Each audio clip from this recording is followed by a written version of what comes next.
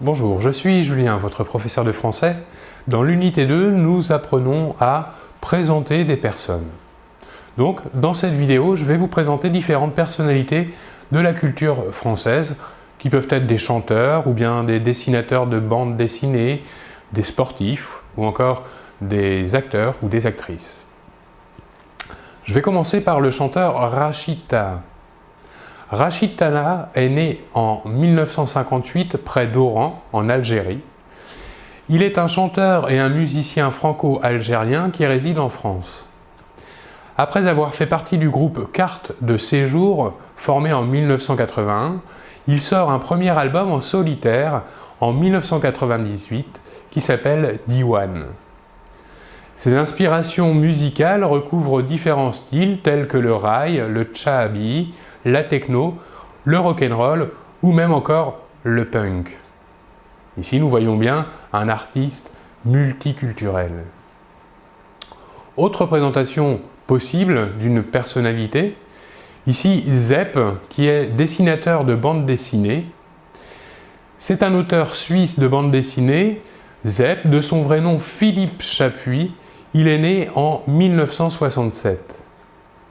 Suite au triomphe international des albums de son personnage Titeuf, traduit en plus de 25 langues, il s'est lancé des défis plus audacieux comme le guide du zizi sexuel, plus de 3 millions d'exemplaires vendus, ou encore le magazine Tcho, l'interjection fétiche de son héros Titeuf. Il est également passionné de musique, son pseudo est un hommage au groupe de Led Zeppelin. Il participe à de nombreux projets musicaux dont il a signé plusieurs textes et réalisé de nombreux graphismes. Passons maintenant à Tony Parker. Tony Parker est né à Bruges en Belgique en 1982. Tony Parker est un joueur de basketball français. Surnommé TP, l'abréviation de son nom et prénom Tony Parker, à prononcer Tipeee avec l'accent américain. Il joue maintenant dans l'équipe des Spurs de San Antonio depuis son entrée dans la NBA en 2001. C'est un véritable phénomène sportif, c'est le premier joueur français à avoir été sacré champion de NBA et c'est le premier Européen récompensé par un titre de MVP des finales. Passons maintenant à Cécile de France. Contrairement à ce qu'on pourrait laisser penser, Cécile de France est une comédienne non pas française mais belge.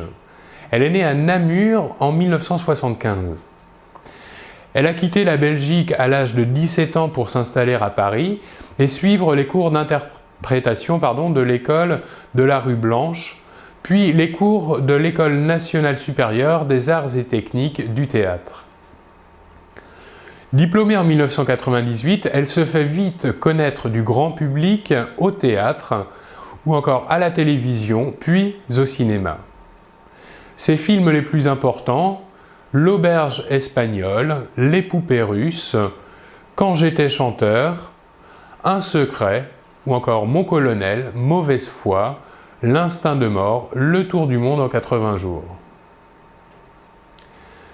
Passons maintenant à une autre actrice, Audrey Tautou. Audrey Tautou, quant à elle, est une actrice française de cinéma. Elle est née en 1976 à Beaumont, dans le Puy-de-Dôme, en Auvergne. Elle a abandonné ses études de lettres pour étudier l'interprétation au cours Florent. Elle décroche son premier rôle important au cinéma à 22 ans dans le film de Tony Marshall, Vénus Beauté Institut, qui lui vaut le César du meilleur espoir féminin en 2000. C'est en 2001 qu'elle devient mondialement célèbre pour son rôle d'Amélie dans le film de Jean-Pierre Jeunet, Le fabuleux destin d'Amélie Poulain. Elle enchaîne alors les premiers rôles en France, dans L'Auberge espagnole, comme Cécile de France, film réalisé par Cédric Lapiche, ou encore Pas sur la bouche, réalisé par Alain Resnais, ou encore Un long dimanche de fiançailles, film également réalisé par Jean-Pierre Jeunet.